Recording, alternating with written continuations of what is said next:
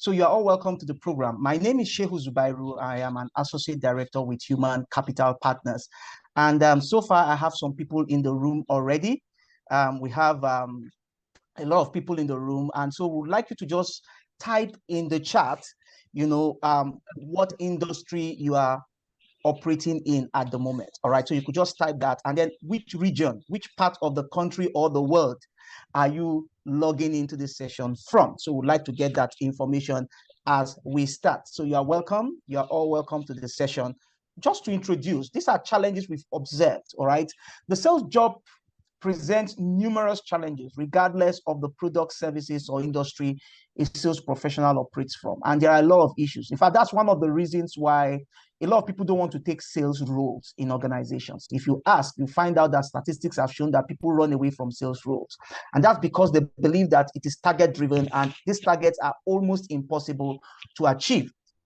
Also, while some people are enthusiastic about sales, they still fail. Under similar conditions, you have people who succeed, but they fail. Why is this the case? We are going to be discussing that in this session. And one key element of the science of selling is mastering the art of authentic connections, which is the crux of our conversation today. Why is it important? Some of us actually don't pay attention to this. We'll see and why apply to business. And if builds a network that they consistently, now this approach enables them to meet their sales obligation. So it's more about a give and take approach. Okay, so it's going to be a discussion, but this is exactly where the issue is. There are some people that have an understanding of sales process, which is one of the things you get in practically all sales training. You must understand the sales process. You must be able to develop key products that your audience will enjoy or your market will like. Your offerings must be tailored to the market. And lastly, you must be able to hone communication skills, to be able to engage customers, to be able to bid, get a pitch, to be able to close a deal. All of these things are very relevant. But you see, there are people who have applied these three things, and unfortunately, they are not still able to get sales results. Now, what exactly is the missing link? This is the missing link: building authentic connections and relationships, which is extremely critical to achieving sales results. So this is the crux of our conversation. Now, who exactly are our panelists? I have brought subject matter experts and leaders across several sectors in the market to talk to us. So irrespective of where you're coming from, just be at rest, because we have a professional surely in the panelists that will address your peculiar issue. And as we all know, sales application is not the same from industry to industry. The principles may be the same, but the applications are not the same because the terrain are also not the same. All right, so we'll just jump straight into the conversation. And my first question goes to Innocent Osege. Now, this is a major issue for a lot of salespeople because the business environment is changing, and people have different complaints, especially salespeople, because their targets are real. Now, I would like to start with you, Innocent Osege. What does it mean to build authentic connection in sales? One thing that comes to mind is building authentic connections in sales context simply means establishing genuine trust-based relationship with customers.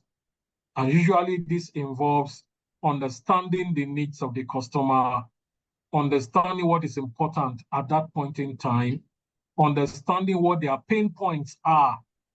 See, the pain points that they are currently experiencing, interacting with them in a way that is sincere and transparent. Those are some of the things that, we're talking about authentic connections. And of course, too, also guiding them through making buying decisions that best takes care of their felt needs. You see, in building authentic connections, the salesperson must, on an ongoing basis, invest heavily in trusted relationships and loyalty as well. Better understanding of the clients. This would mean spending time with the clients, listening to them, getting to hear them, and of course, sometimes bending over back to be able to have satisfied customers, as well as ensuring that you are building very positive personal reputations for yourself. When a salesman thinks only about how to making the sales, and he doesn't think about how he gets those, he gets across, or in fact, we've seen situations before where people actually deceive people to buying things that they don't need. And people would say, they would think that they've done a very good job. For authentic connections, it's not the way to go. So it's ensuring that, you build trusted relationship, you understand what the client needs, and position products and services that will meet that need, not meeting several, meet that need that will help them fulfill their objectives, and sometimes bending over back to be able to, so that you can satisfy customers, and of course, positive and ensuring that you also maintain your own positive and personal reputation. Because sometimes reputation is extremely good. If I meet you today and you sell W to me, tomorrow I would never speak to you anymore. So when we're talking about authentic connections, I would say this is where to start from. And thank you very much. Thank you very much, Innocent, for that opener. Absolutely. The point you made, spot on, sir. You have talked about the fact that the connection actually starts from the fact that we understand the needs of the audience, and then we are able to tailor our solutions to solving that need. And the focus must be on the customer and not necessarily meeting our sales targets, which will naturally follow if we follow the first step of meeting their needs. So thank you very much for establishing that point. And you also talked about the fact that we must build trust with that regard. Before I take the next question, I would like to say that if you have any question as a member of audience, you could actually type that question. We will take your questions after the panelists have gone the first round. All right, so we are going to take your questions, especially when you have a question that is peculiar. And then you can raise your hand when we get to the question and answer session, and we'll be able to flow together. Thank you very much, Innocent. Henry, we have a question for you, and just a follow-on from what Innocent has said. What are some effective strategies to quickly establish trust and credibility with potential customers in initial conversations? Thank you. As a salesperson, one of the first things you must do is understand your market, understand your audience. Because it is only when you understand the target market or the audience to which you're providing a solution that you can tailor your own solution to meet their needs. So you must be very knowledgeable. You must do your research, do your homework, and have current information about that client, about that market, about that industry, about that geography, because then that enables you to provide a superior customer solution that enhances the customer buying or service experience. Because at the end of the day, buying is experiential. And if there are two people selling to me and one gives me a better experience, I'd go to that person repeatedly. So that's the first thing. The second thing is be professional. Okay. You know, the way you come across, the way you carry yourself, the way you present your organization and your product. Professionalism is the bedrock of that. It must be a win-win situation. Most salespeople today, like Innocent and alluded, just want to sell. They want to make that sale and move on, and that customer never returns. So what's in it for the customer? What are the customer's pain points? How can I alleviate those pains to make sure that the customer is happy and satisfied with the product I'm providing? If you look at financial services, for example, what does the customer want? He wants safety. He wants to know that if he puts his money in a bank, it's safe. He wants to know that he can take out that money at any time he wants and move it around. He wants to be confident that his banker or his bank are knowledgeable enough to give him the best options at any point in time. He wants convenience, and he wants to do it at a competitive pricing. So professionalism, transparency is also very important. Integrity. Lay your cards on the table. That's part of professionalism. Most salespeople today, they are hiding costs. They hide some parts of the transaction that the customer may push back on until the customer is in the transaction, and then they start revealing that. That really, really gets the customers upset and would make them not come back to you again. So these are some of the things in a nutshell that you need to have as a top of the line sales and marketing person.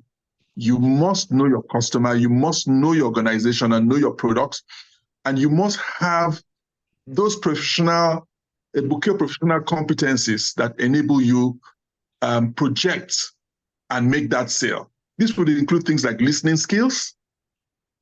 You understand? What you call your body language, verbal and non-verbal language, the way you carry yourself, your poise, the way you dress, your diction, the way you write. Unfortunately, in these days of text messages and abbreviations, most salespeople have lost the art of writing, of writing a persuasive document or making a persuasive pitch. And these are some of the things we need to rebuild and have within our basket of competencies, such that when we engage the customer views us as knowledgeable, as understanding their needs, as being able to provide that solution to their problems in a competitive manner, in a professional manner, and in a safe and acceptable manner. I'll stop there for now and take on other questions subsequently. Thank you very much for that intro as well from your end. Talking about building relationship and establishing trust. The point you have highlighted, absolutely spot on. We must go beyond the knowledge of the product and services. We must actually seek knowledge of the industry, seek knowledge of the client's unique situation, and of course, the market environment. You have also talked about the fact that we also need to create a buying experience for our clients. And then we need to be professional in what we do. And lastly, transparency and integrity is extremely critical. So thank you very much for that point you have raised. Agbons, we are coming to you now. And because the world has become more digitalized and we have more customers in the digital space than in the in-person space, okay? And a lot of salespeople are finding it very difficult to shuttle between these two worlds. Now, I want to ask, how can salespeople cultivate genuine rapport and maintain an authentic presence when selling remotely or digitally? Okay, thank you, Shehu, for your question. Okay. The world has gone digital now, so literally everything that has the physical option has the digital version. And the good thing about digital is the fact that you can actually reach more people than if you were doing it physically, right? So if you were doing it physically, for example, you probably have to move from office to office, to be able to reach people. But with digital, you can reach maybe 1,000 people, easily. And then, of course, it transcends location, irrespective of where they are located. Now, one of the challenges that people usually have when it comes to digital sales and digital connection is that they take what they do physically and just put it, translate it the way on digital. But that's not how it's done. So you connect with somebody on LinkedIn for the first time and the person accepts your connection. The next thing you send a sales email, message. I have this product for sale. I want to, sell. That literally breaks the relationship immediately because the person, nobody really actually wants to hear a sales pitch. That's the truth. Nobody wants to hear a sales pitch. So how do you build a rapport digitally with people such that when you are ready to sell whatever you have, they can they can open up their heart to listen to you? The first thing you need to do is to be friends, genuine friends. So for example, you just connect with somebody on LinkedIn, send them a heartfelt message. Thank you for connecting. It's a pleasure to meet you. You don't have to sell on the first day. Then follow them, right? So subsequently, whenever they share a post that you have a genuine feedback on, put a comment on their post. Set up Google alerts on their names or their company names, such that when they get mentioned anywhere in the news for any feats they've achieved, send a congratulatory message to connect with them as you would a friend, right? So it's not really just all about the product you are selling at that first instance when you connect. By the time you've built a relationship, you can now put in a word or two to say, oh, by the way, I offer this service in case you would want to. And that doesn't take forever, right? If you connect correctly and you do all the right things, you are reaching out to them at the time you are supposed to reach out, or you are even sending content, right? Go on their maybe their company website and check out what the challenge is, and then offer to help, not to sell, offer to help. So maybe, for example, you go on their page and you realize that maybe there's something they're lacking in the organization. So instead of you saying, we offer this service, put in the free one first. Okay, there's this, send an article to say, there's this article we wrote about how to solve this problem that you have or this challenge that you have. Here's a link to the article, go and read it, right? So by the time you offer to help, and then based on the help that you're offering, you're displaying your expertise, you are now able to reach out to them to say, we can then do this for you, in terms of sales. And sometimes they don't have to connect, they don't have to accept immediately. Sometimes it takes a while, but it's not as if once you send that sales message, you just lock up, the way a lot of people will do when they are doing physical sales. So it takes time to build a genuine relationship. And then you can also back it up with things like sending personalized videos, personalized content that reflects the challenge that they're having and seeks to help them in what they are doing. All right, Abons, thank you very much for this point you have raised. It is very clear that we must grow from being transactional salespeople, especially in the digital world, like you've mentioned, to first of all build relationship. The aim is to first build that relationship, connect with the person. And it connects with what Henry Nelson mentioned earlier. Try and know more about your client, and everything you've talked about, Agbons, in terms of following the clients, liking their pages, attending their events, giving them a thumbs up. It's about knowing more and then connecting more emotionally with the client. And just to summarize what you've mentioned, Agbons, you said it is good for us to learn to first give in terms of relationship. Let the customer know that they can trust us, that we are coming to collect from them. That is the only way it can work. So thank you very much for that insight with regards to selling digitally. We'll still come back to your bonds. There's a whole lot of questions with regards to digital selling. Vera, you are welcome. And Vera, you are going to take the next question for us. Now, we've had a situation where people say, well, storytelling is a very good way to sell. Can you share examples of how you've used storytelling? Because the real estate industry is a very capital intensive industry. Now, how are you able to use storytelling to emotionally connect with your customer and build rapport? Vera, over to you. Okay, thank you so much. I really appreciate. I'm privileged to be the for this segment, the last speaker. So I want to appreciate all my panelists that have spoken so well. I've learned quite a lot from them. I hope I'm being heard very clearly. Yes, we can hear you clearly. Please go for it. Okay. So I'm going to jump into the question. Now, for me personally, when I came into the real estate industry, it took me time to navigate the industry, to be able to understand the industry, because I came into it and then I was finding my balance, trying to get my balance, trying to get people I can work with, that I can trust. But then at the same time, everybody in the industry wants to just, be on their own to be able to make their money and all that. So it took me quite a lot of time. And then finally I got it. But one story, I have a lot of story that I've used. Of course, I sell basically using story, because like you said, the industry is highly, what will I call it? It's high demand, and it's not like every other industry where people buy product on the go. So it's one industry where you have to take your time.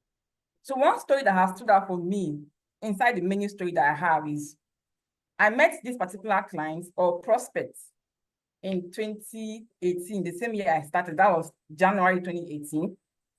And then someone introduced me to him. I don't know him from anywhere. We got connected via phone call and all that. So he's based in Kano. And then we kept talking and relating. After 3 months of relating with this man, he was like, okay, that was when he opened up to tell me that, look, I've been in Lagos. I've lived in Lagos for 15 years. I don't like Lagos. I don't want to have anything to do with Lagos. I've left Lagos to Kano and I don't want to buy land. So at that point, I was like, okay, so what else did I do? I've said everything that I know. And then I remembered a story, a particular woman while I was growing up. She was my neighbor in my compound back in my states. So this woman, we met her in that compound. We didn't know she was that wealthy up until when two prominent banks in this country, I mentioned the Zenith Bank and the then Intercontinental Bank, they came to my city then, bought land in two strategic locations. It was worth millions. It was worth millions. And it happened to be that it was this woman in my neighbor that owns those two land. And she sold and became a millionaire. This is somebody that, because she was not a working class lady, and the husband didn't have this so much regard for her because she was always at home doing nothing. Like the general that she has nothing on the table. She was not bringing anything to the table. So, but then when she made this say, she literally transformed the family. I watched how they changed their children's school from the school they were going. In fact, they became millionaires. So I didn't know I was going to come into real estate at the time in my life. That story happened. It happened when I was still, I think I just finished secondary school. So I now decided to tell this man this story. I said, fine, you've lived in Lagos. You don't like Lagos. I'm not asking you to come live here. I took him through the series, how I know this woman, what happened to the woman, everything she went through. And then finally, how she sold her land that she has kept 20 years ago, worth millions of naira. And back in 2004, no, 2005, 2006, Nigerian currency still have some good values. So you have like 100 million naira, you know that, okay, you have good money. So when I was done with this story with this man, the man melted, even though it took me another several months, because even though he has accepted my story and decided to want to buy, yet he was still not persuaded. But for the fact that I've at first built relationship with him, I kept talking with him. I will call him once a week. I'll call him like two. The least time I call him is 3 times in a month. I'll talk with him, relate with him, ask him. I think that same year I went to Kano. I had to go and visit him. I did all of those things. Then finally, December that year, it took me 1 full year. But the bottom line is that it was a story that got this man convinced. He now like, okay, so that means if I buy land now in Ibeju, because then I was selling in Ibeju, what, 5 million, 6 million naira. In the next couple of years, I'll be able to sell and then make some millions. I said, yes. So that was what convinced him. At the end of the day, he came to Lagos January 2019, and then that transaction was closed. We all had, a nice time. And to date, we're still talking, and he's still buying more. This was somebody that said, I don't like it. But he's still one customer that I have that I can talk to anytime. Thank you. Okay. Thank you very much for sharing that experience, Vera. And of course, storytelling actually breaks a lot of barriers. Sometimes people connect more to the realities of your story to be able to make informed decisions, especially in an industry where it is highly capitalized. So we would move to the last person. We say we always save the best for the last sometimes. We'll be asking you, Dr. Ayeni, your next question. Yes, the fast-moving consumer goods is a very interesting environment. And some people I have seen take their knowledge of the professional services and then they superimpose it on FMCG. FMCG industries that make profit in kobo kobo. It is actually what the turnover eventually looks like. And so some people say, no, it is the way you package your product that sells. Just package. Some people say there's no need for relationship management. The product will sell itself. So these are different debates that has happened in the world of sales. Now, beyond just product features, how can salespeople dive deeper to uncover the root motivations and needs driving a customer purchase decision, especially within the FMCG space? Okay, thank you very much, Shiu. This is a very interesting question. It's something that I foresaw that is going to come, and I'm happy it came because FMCG today is very, very dynamic. A lot of things are happening. But like you said, motivation. Motivation is what makes you do what naturally you don't want to do. And a lot of factors that impacts that has been mentioned by the panelists earlier. But let me try and give a definition to what is motivation. Motivation is all about bringing out deep down within the customer what makes him happy, what gives him passion, what gives him joy. And for salespeople, especially in the FMCG, this is a skill we need to learn. Motivating customers is like a currency, and we need to understand how do I uncover roots, how can I uncover the motivations that drives a customer's buying decision. We can go academic about this, but it's good for us to just make it as simple as possible for our audience to understand. From my perspective, the first thing that will come to my mind is active listening. In the FMCG, it's all about, I want to sell, collect my goods, give my money, zoom off to the next customer. It is beyond that. Number one skill we need to cultivate is active listening. Pay attention to the customer. Not only the words, his body language, his tone, his mood. Try to understand his concerns and his priorities. And these are the things that will motivate him to take a buying decision of your products. It's not about sell. How do I motivate? Ask open-ended questions, not questions about naira and kobo and products.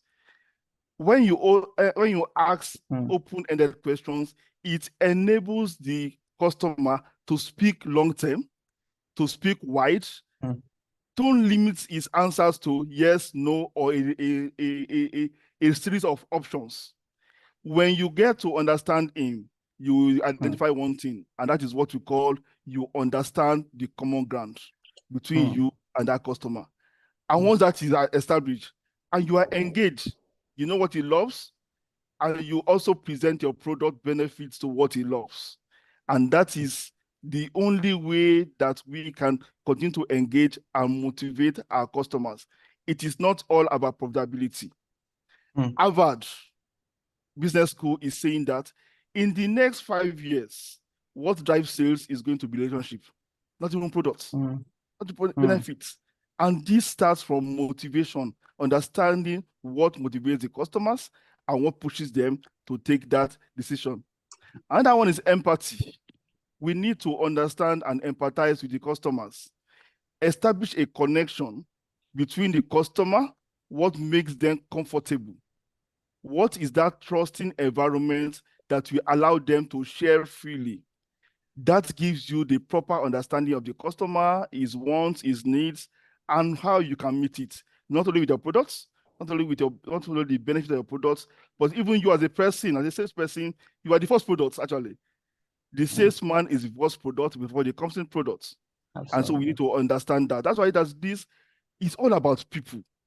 When you understand people, you understand business. There's this famous quote that I love so much, which says that 100% of customers are people. 100% of staff are people. So if you don't understand people, you don't understand business. So it's about understanding people. And we need to do that research. Even before you engage your customer, your first step into the office of the customer, have some background checks. Understand who he is, what he likes, perhaps what football club does he support, perhaps where does he like to go. You need all this to create that deep-rooted motivation, which you need to connect with the customer. And of course, you need to understand what are his pain points, what are the specific challenges he has, and how can we use this to impact the customer's business or his life. All these are very important for us as we connect. Sales, like I tell people, sales is not an act. Sales is a science. And so it is predictable. How can you make it predictable? By you understanding the customer and what he wants. Because of time, I will stop on also making referrals. If you have had a good sales story with customer A, B, C, mention it to the next customer. It will also motivate him to take the right action and to take the right decision. Let me stop for now. Thank you very much. A lot of rich notes here from your conversation so far. You talked about open-ended questioning and then getting all the necessary details from your interaction. You talked about empathy. You also talked about the fact that the customer buys you first as a salesperson before he buys anything you have to offer. You also reiterated what the other presenters has talked about in terms of understanding the customer. And then lastly, you talked about the fact that sales is a science. It can be predicted. So some of the things we are talking about can be reproduced. And it is important that we mention referrals to our customers to motivate them to buy. Thank you so much for that point. Thank you, sir. All right, we'll go back and then we'll take very quick questions from the facilitators again. Innocent, I'm coming back to you. Having worked in the consulting sphere for a while and you have helped organizations to set up sales teams, we've seen you've been in different sectors as a consultant, setting up different teams for organizations. How can organizations cultivate a sales team culture that prioritize and rewards authentic customer connections? Sure, thank you very much. How organizations cultivate the sales team culture that prioritizes and rewards authentic customer connections. There are a number of things that organizations have done, particularly have encouraged organizations to do. The first thing is sales leadership. By example, for instance, we normally would tell them that those that are driving sales must be driving sales by example. Organizations that have done this too have been able to invest extensively in sales training. There is a course that we call helping people to buy, or we call rainmaking. We ensure that everybody in the C-suite, whether they are in sales function or they are not in sales function, even go through that, because we believe that everybody in an organization is supposed to be a salesperson for that organization. Whether you are in the sales department, or you are in the marketing department, or you are in production, or you are in operations. So, because we all have opportunity of interacting with potential clients of our organizations on a daily basis. So we then encourage that. Let everyone do what we call helping people to buy program. So number one is, of course, leadership by example. Let those that are leading the sales team be doing it through example. You should also be leading very successful sales conversations, as well as introducing people down the line to sales conversations.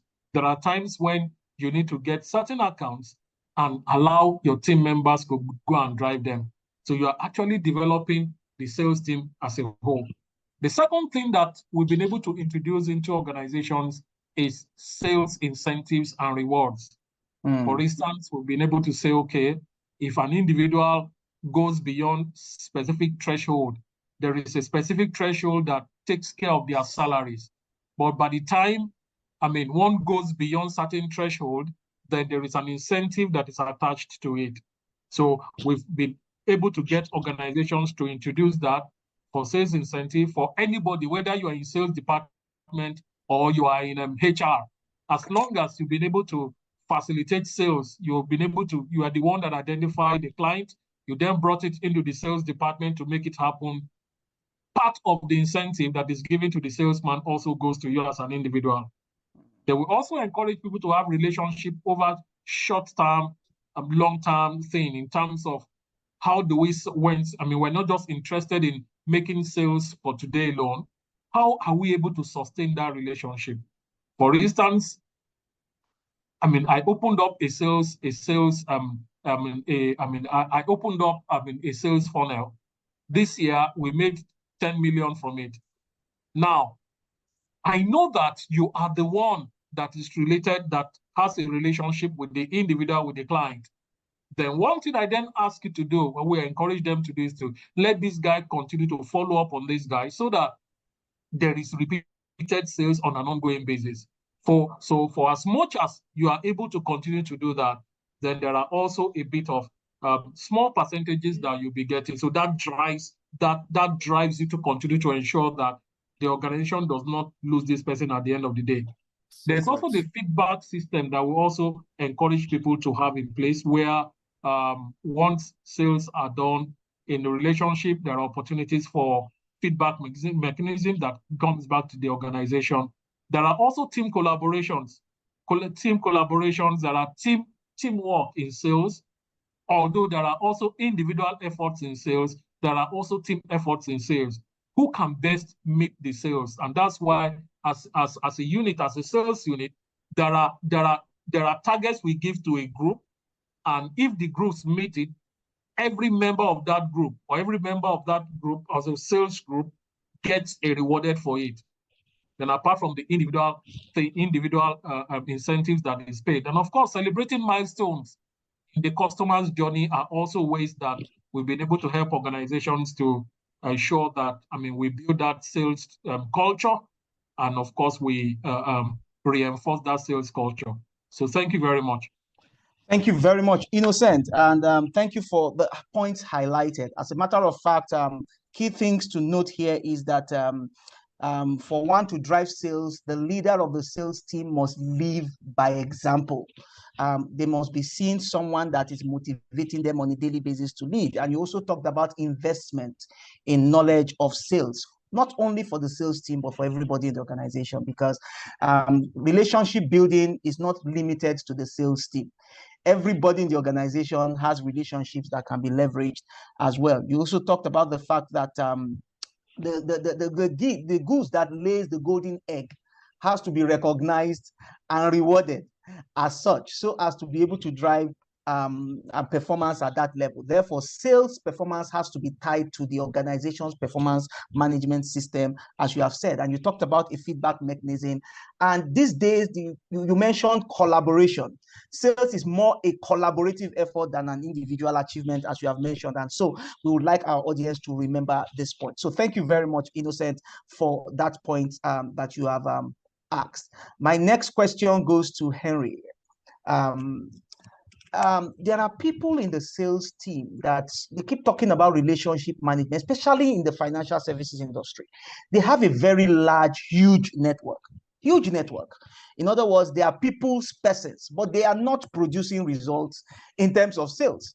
So how can a salesperson strike the balance between relationship building and consistently achieving their sales targets? Because we have people who have fantastic relationships, it's not a problem, but they are not able to achieve targets. How can we strike that balance, sir? You are muted, so you may need to unmute yourself. Yes, thank you for that question. This lies at the heart of the dilemma most sales and marketing people face. Underlying all of this, I'd like to answer your question against the background of emotional intelligence, because that ties in everything that eventually builds the relationship and converts a prospect to a buying customer. So I'll give you an example. Okay, so I'm just concluding my MBA in London, and I'm doing my internship in a firm. A Nigerian comes in, a very wealthy Nigerian, a high chief from the Southwest comes in, and they put me on the team just because I'm Nigerian and they know that this guy is Nigerian. So he walks in, and of course, I was amazed. I didn't believe he was the one. I've never seen him in real life. I guess in Nigeria, I probably would not have the opportunity of being in a room one-on-one with him. So I immediately greeted him, and I greeted him by literally prostrating. You understand? Wow. And he spoke to me in Yoruba immediately. I'm not Yoruba, but I happen to speak Yoruba. He said I should get up. And I didn't know that there was an Omoluabi here. There was a well-brought up boy here. That immediately. So, changed the atmosphere in the room. My European colleagues were bewildered because they thought I fell, when I'm prostrated, and they all rushed to pick me up. And I had to explain to them that this is how we greet very prominent and, people from the Southwest in Nigeria. Forward track several years later, maybe 10 years, I'm back in Nigeria. I'm leading a bank team, and we go to this gentleman's office. He's the chairman of the group, and I'd forgotten about this incident. He remembered. He remembered, and that's how we got his entire organization captive. Wow. So he told the story again. He reminded me of the story, and he said he bought the organization, the subsidiary he bought from that organization I was interning with, just because I was there, and the way I greeted him, I made him feel comfortable.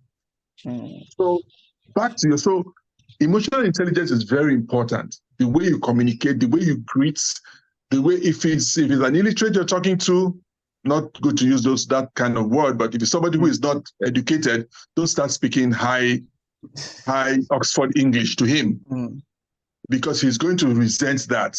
And even though he doesn't push back physically, mentally, he's going to shut you out. He's going to feel that you are trying to intimidate him.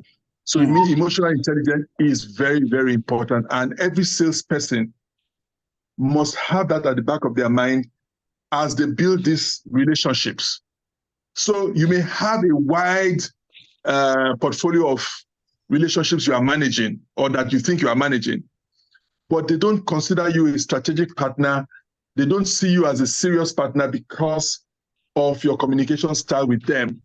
You're not looking at a win-win situation for them. You just want to make the sale. And as such, you're not able to convert from relationship management to actually having customers who actually buy from you. So it's important to understand that there's a process and there's a transition. And Innocent has alluded to this. One mistake we also make, especially when we are going after corporate accounts and corporate organizations, is that we leave it to the salespeople, to the foot on the ground. It's a wolf pack. We should have a wolf pack mentality when we are approaching corporate customers, when we are approaching a client that can give us the bulk of their business. For example, you're going after a client and you want their staff and their stakeholders to buy your product or a service you're providing for them. So you engage at the C level, you engage at the CFO level, you engage at different levels. So everybody in that organization has that wolf pack mentality that we want to capture this customer. We have a relationship with them, but we want to make them a strategic partner such that they call us first. They give us the option of first refusal before looking out for a substitute product or a substitute competitor. And things that you can do to enhance that is, I think Dr. alluded to that, is on knowing their key, what makes them, what they are interested in. Their birthdays, their wife, spouses' birthdays, their anniversaries, what's important to them. So you call him up, he belongs to he loves Man City just won, or he's an Arsenal fan. So you are commiserating with him. You are building that rapport that takes you from being just a relationship manager to a strategic partner. And strategic partners sell better and more than just mere relationship managers. And customers are willing to pay you a premium if they trust you, value your opinion, and they say, okay, I know they're a bit expensive, but I'm safe with them, I'm happy with them, and besides, I like Nelson. Nelson is a nice guy. Nelson understands me. He calls me on my birthday. He reminded me of my wife's anniversary. Wow. You understand? He greets me with respect. You understand? He understands what I value, and those things are valuable to him too. So let's not just be academic about relationship management. You find most organizations will say we have RMs and we have lots of relationships. There's a bank I bank with, for example. So I have a relationship manager in that bank, but the relationship RM has never called me, never, ever. And I'm a platinum customer, and they don't get much of my business today because they have competitors who call me, who don't just send me a text message, an AI message to wish me happy birthday, but actually call me on my birthday, actually call me to tell me, oh, this is what's happening in the economy, and I think that this is what you should be doing if you're not doing it already. That's strategic partnership.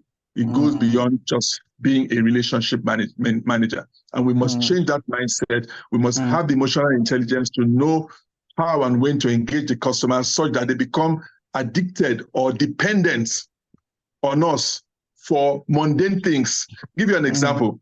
So in my days as an RM, customer wants to buy a cake.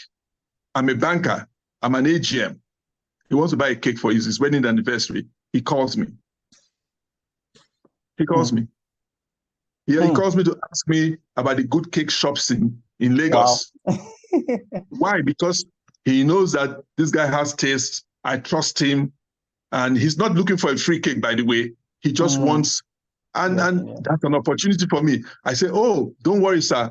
I'll just leave it with me. I'll handle it. Right? Small budget. We deliver a cake to his wife. His wife is very happy. They invite me to dinner.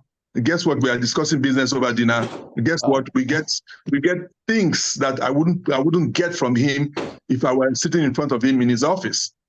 So those little soft skills, those little things that do with emotional and native intelligence help us transcend that limitation of being an RM to a strategic partner. All right. Yeah. Thank you. I'd like to stop there for now to give other people the opportunity to move on. Thank you very much, and an incredible story to back it up. Thank you so much for that point. We have to run very quickly now. We will take the next two as quickly as we can. Agbons, we have a question for you, because you see, this technology thing, it's a challenge for a lot of people. And technology actually changed the entire face of sales and marketing, you know. And besides, I know there are a lot of questions that are coming up. We have your questions. We are going to ask the questions after this round. The point here is, as technology continues to advance with the advent of AI and so on, you know, how do you see its role evolving in facilitating more authentic customer connection throughout the entire sales cycle? A lot of people don't believe that connections via digital platforms are authentic, but how can we actually use that to facilitate authentic connection? Agbons. Okay, thank you, Shehu. So some people believe that AI is going to take the place of connection. No, it's not going to take the place. There will still be need for human connection. But what AI does is that it's going to help you enhance that connection. It's going to make the connection easier for you. So for example, instead of you to send an AI-enabled message, why don't you set up a prompt on your phone to say, you know, call this person at XYZ time to be able to wish them a happy birthday, right? If you're a relationship manager or you're a salesperson. Now, what tools are you putting into marketing, into your sales? Because your tools are very important. And these days, there are lots and lots of tools that can help you do lots of things. And I'll just give you practical examples. So instead of sending that proposal that nobody ever opens, why don't you do a short video, a short look video of your proposal saying, hi, Agbons, it was a pleasure to meet you at the event where we met last week. I took a quick look at your website, and this is a video here, right? A long video, you don't have to have any specialty to have it. There's even a free version, so you don't have to, oh, I can't afford the paid one. And you say, it was a pleasure to meet you. I took a look at your website, and I saw that your company needs this or your company needs that. So here is a link, or here's something that you can help to solve, you can use in solving that challenge. And you're not asking for anything. You've already built that connection, right? And then you can then follow up with messages to and let me give you another example. There's this insurance salesman that sends me happy new month message every month. Okay. And he's already sent me, he sent a proposal on buying that. And I keep saying, oh, I'll look at it, but I've never really had the time. And then one time he sent a happy new month message. He just wanted to see that everything was fine and dropped a message or two on some of the things to look out for in terms of investment. I then said, oh, I haven't replied to this guy. Then I went back and I clicked on it and I opened the proposal he sent to me and eventually bought. Now, that's one way of using communication and using it's on WhatsApp. He has been sending, those messages. So that's one way of using a tool instead of just letting the tool replace you to say, oh, because there are now AI tools, I'll make a funny AI video, and then, send it to them. But there are lots and lots of ways. So, for example, you can also have prompts, right? So you can set up prompt so that when you send your proposal and somebody opens your email, you get a notification to say this person has opened whatever proposal you sent to the person. So you know when to engage. You pick up your call at that minute and you place a call to the person. And it has happened for us several times. We send a proposal and it probably takes the person maybe 2 months to open it. And then once the person opens it, we get a notification. And then I put through a call immediately. Oh, I'm just calling to see how far with the proposal. This is that you have a monitoring spirit, because I literally just opened your proposal, right? So the conversation goes smoothly. And like Henry Nelson also said, you follow these people on Facebook. So Facebook tells you when it's their birthday. So send them a card, even if you don't have money for cake. Send them a card or send them put through a call. People actually value calls. They value physical calls. Except some of them are very busy, that they're in presentations, then you can drop a message. You can use various technology tools to enhance your connection with people in different ways, even from getting their emails. There are tools where you can put you can say, I want to know the email address of maybe Innocent, for example. Innocent is MD of social company. You put the name of the company, you put Innocent's name, it will give you the Innocent's email address, and then you can reach out to Innocent. And then there are warm messages where you can send a message, personalized message, right? So you say, hi, Innocent. My name is Agbonsi Gewe. In the time, it will take you to look at this message, 5 people would have, searched for your service. Are you up out there for people? You send these messages in such a way that it's talking to Innocent directly. Meanwhile, that message is probably mass produced or mass sent to 1,000 people. But because you have personalized it, you have segmented the people. You segment everybody in Innocent's area. You segment everybody in Henry Nelson's area, so that when you're talking to Henry Nelson, you are talking to him about finance. When you are talking to Innocent, you are talking to him about human capital. When you are talking to Dr. Ayeni, you are talking to him specifically about FMCG. So when they get their message, it speaks to them, even though AI has helped you to do that, right? It speaks to them directly, and then they are willing to take the conversation further. And then this is not the time to write very long emails or very long people. The attention span of people now is like that of a goldfish. So you must go straight to the point. What are their pain points? And that takes me back to knowing the person, right, whom you are selling to. You need to do your research. This is not the day when you send one message to everybody, the same thing, not personalized. You need to do your research. Who is this person? What are this person's pain points? The pain points are very important. And you must also understand that this person will have objections to those pain points, right? To whatever you are selling. Oh, I'm selling real estate. Or the person says, I don't have money to buy, right? What is your immediate response to that kind of person? It's like a plan. Before you go out to go and do sales, you must plan. If this person says, I don't have money to buy real estate, what's your response? You must have the response to the person, and you must envisage based on the product that you sell. If you sell software, for example, and the person says, I want to buy this software, but I cannot afford it, you say, we'll give you a free trial. But you must envisage what challenges the person are going to, speak of, what objections the person are going to have, and prepare for those objections, so that the person knows when you are talking to him that you know them inside out, and you know the product or the service you are selling inside out. Because sometimes you may not get the opportunity to go back and think about an answer and come back. So you must have your answers to whatever things or challenges you feel, or whatever pain points the person may have, or whatever objections may have. You must have them set up, which again goes back to researching your target audience. You must research them, and there are several tools to do that. Agbons, thank you very much. If I leave you, we keep going on and on and on. There's just a whole lot we have shared in this very short statement you've given. There's a lot around ensuring we can use the tools that we have to work for us and not replace us. So thank you very much for that. We are completely out of time. So I'll urge my next 2 speakers, let's make it under 2 minutes, and then we'll be fine. There are questions that are coming up in the chat. I'm really to quickly read out these questions. My next question goes to Vera. Vera, how can salespeople remain true to themselves while still meeting high professional standard and performance goals? There is this myth that salespeople change to being who they are not in terms of values, in terms of truth, in terms of integrity, just because we need to close the deal. How can a salesperson remain true to themselves in the process of achieving that? Over to you, Vera. Please, under 2 minutes so that we can wrap up. Thank you. Okay, so I'm going to stay on that 2 minutes. Thank you so much, Mr. Shemin. That's a very critical question, especially in the industry where I play. All right, because I'll use myself again as an example. When I came into the industry, I met a lot of obstacles, you know, and having it's what happens in the industry, because especially when you're a female, you meet a lot of these obstacles, like this one, this client, prospective clients want this from you, want this from you. But one thing kept me going. That one thing was because I already established a standard for myself. I know my reason for coming to the industry. That was number one. I know my why.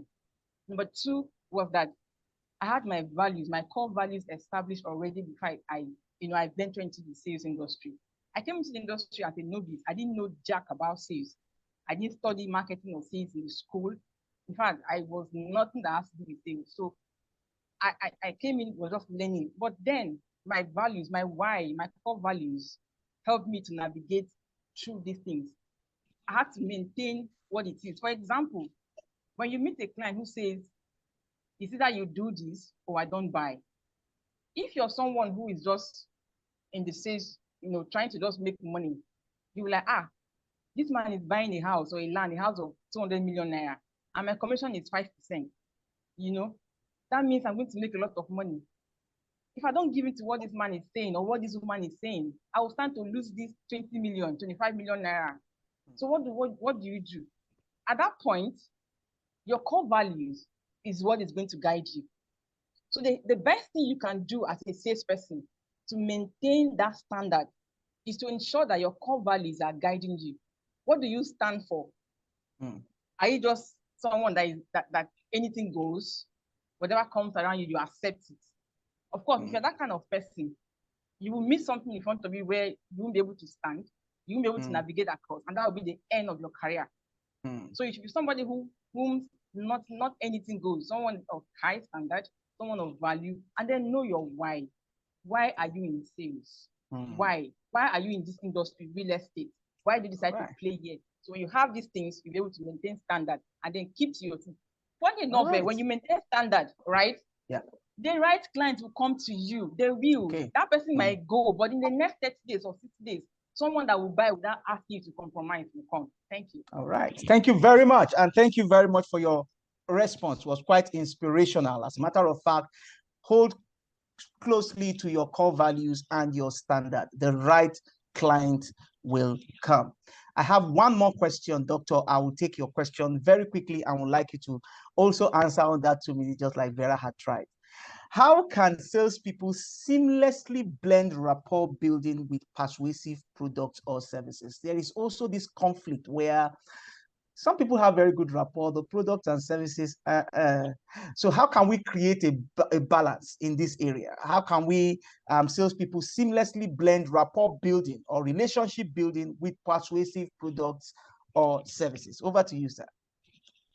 Okay, thank you very much once again, Shil. So, very interesting question. I don't think 2 minutes would be enough, but then let me try and see how I can close this. So I think the most important thing in terms of trying to blend rapport building with persuasive products, sales or service or whatever, is for us to identify shared interests or experiences that can be used to establish personal connection. Building rapport is about connecting with the heart of the customer. And this cannot happen if there are no common grounds. And that's the most important thing that the salesperson needs to know. The next is about, just like I think Vera shared very interesting stories. So I'm going to also use storytelling. Okay. We need to be able to share relatable stories, examples that highlight the products and services and the benefits of both. You need to be able to showcase what you have. They call it experiential marketing. What is your experience like? Share those things. It helps to build rapport. You are building a foundation that is very solid. Something that has been tried. In sales, we say trial builds affinity. It has been tested, it has been trusted. So you were able to share those things. And that's why I like all the examples that Vera was bringing on. They are clear examples. And the same thing happens even for us in FMCG. Try to understand what is the success story. What does good look like? What is the profit story?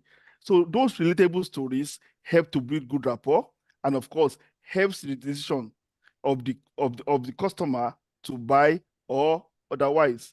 We also need to demonstrate genuine interest in the customer's business. What are his challenges and what are his goals?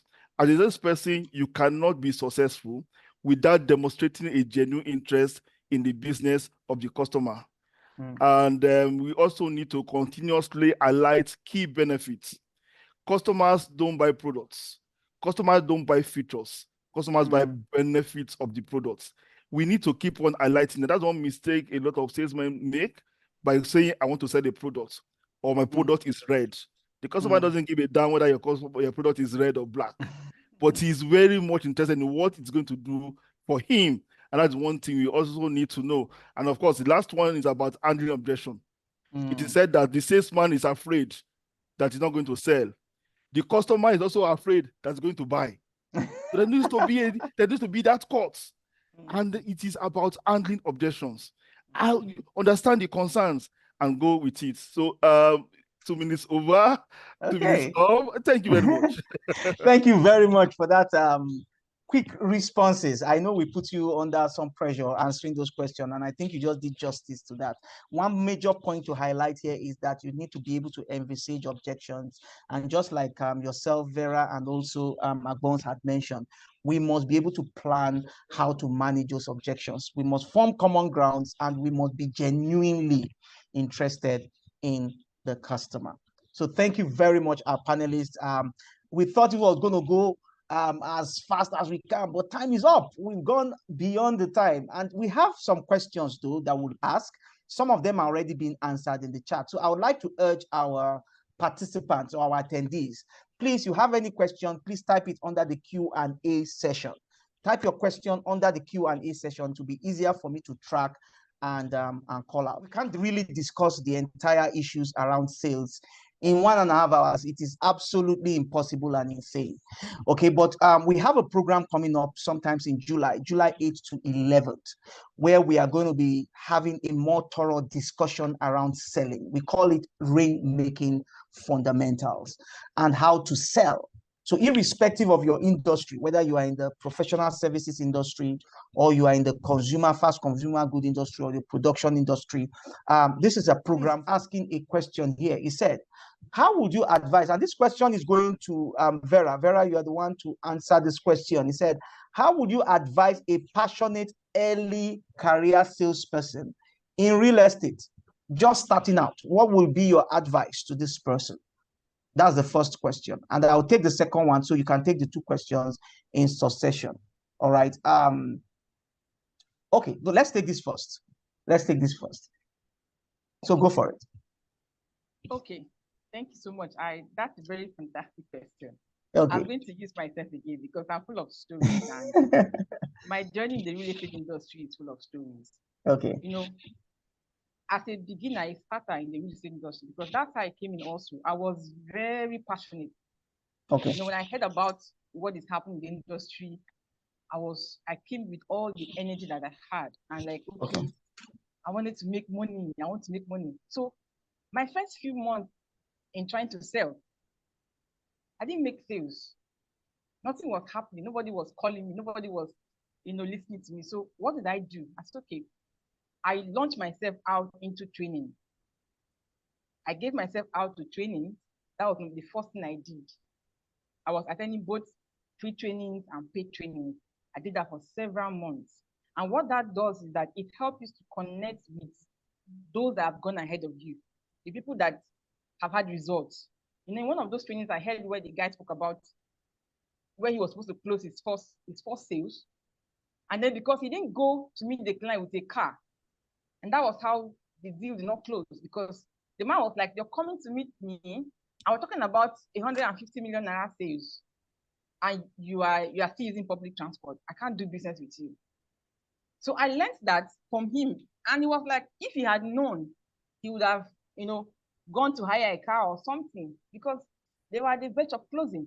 But because he didn't know, he went, just the way I am, and then he lost the deal.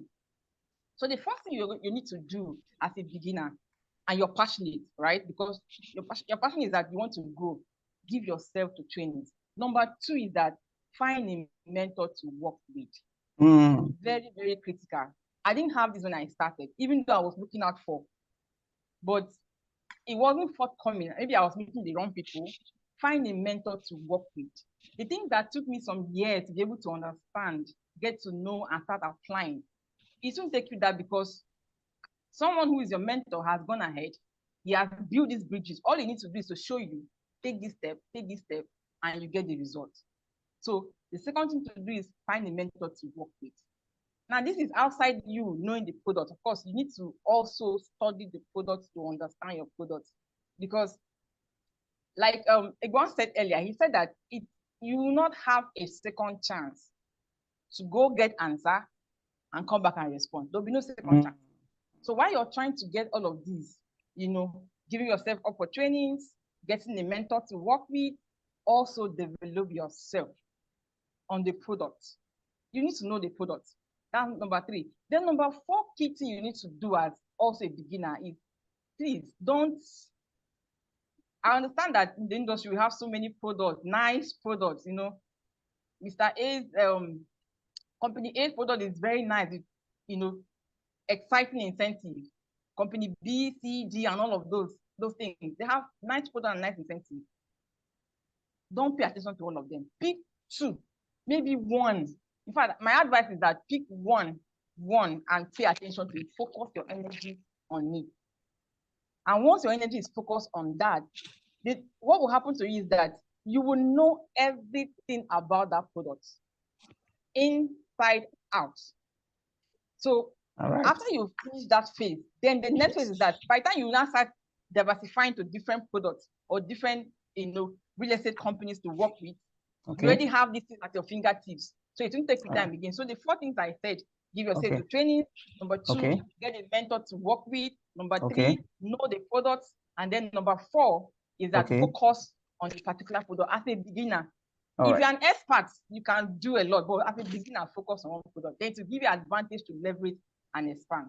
Thank you. All right. Thank you very much. Thank you very much, Vera. I will take one more question. I have less than 3 minutes to round off this webinar. Even though Innocent has answered the question in the chat, but for the benefit of every other person who do not have access to the chat, someone asked a very interesting question. He said, what exactly is the difference between marketing and sales and selling? So Innocent, would like you to take that again. I know you have dropped an answer in the chat. Would like to reiterate as we round off this program. Thank you. Okay, sure. Thank you very much. This is a big area of concern and confusion in the sales and marketing space. The difference between sales and marketing. Well, sales focuses on closing deals, but marketing encompasses a broader set of activities that involves creating the awareness, generating leads, building customer relationship. So all that, and of course, marketing normally happens before sales. So in terms of sales involve direct interaction with potential customers, actively persuading them to purchase a product. But marketing are the things that you do ahead of time, just getting them to be interested, creating the awareness, generating leads, building customers. But then closing the deals, it's sales. So there are 2 skill sets for it. There is skill sets for marketing, which is normally handled by your business, your brand's marketing and corporate communications unit. Then sales competencies are completely different too, because you are now the one in the eye of the storm. How do I close the deal? How do I close the deal and co? But a lot of the things we've spoken here today has had to do with sales, not marketing. It's sales that we've been discussing since. Thank you very much. Thank you very much, Innocent. Thank you very much, my panelists, for the time spent. And I believe, Mohammed, you asked that question. I want to believe that that question was justifiably answered. I would like to appreciate especially all my panelists for the time they have spent so far. And I believe that we have taken several nuggets from this 1.5 hours that we can actually apply at work. All right, please feel free to send us an email. My colleague will drop the email, contact us at Human Capital Partners. In case you have follow-on questions, we'll be very, very happy to share that with you. And of course, we would also love to see you in our program that'll be coming up in the next few weeks. I will just launch the poll now, which is the very last thing, and I would like to get your opinion on this. Now, this is just your view, okay? Have you been applying the techniques that we have discussed so far, authentic connection, using these principles mentioned to drive your sales results?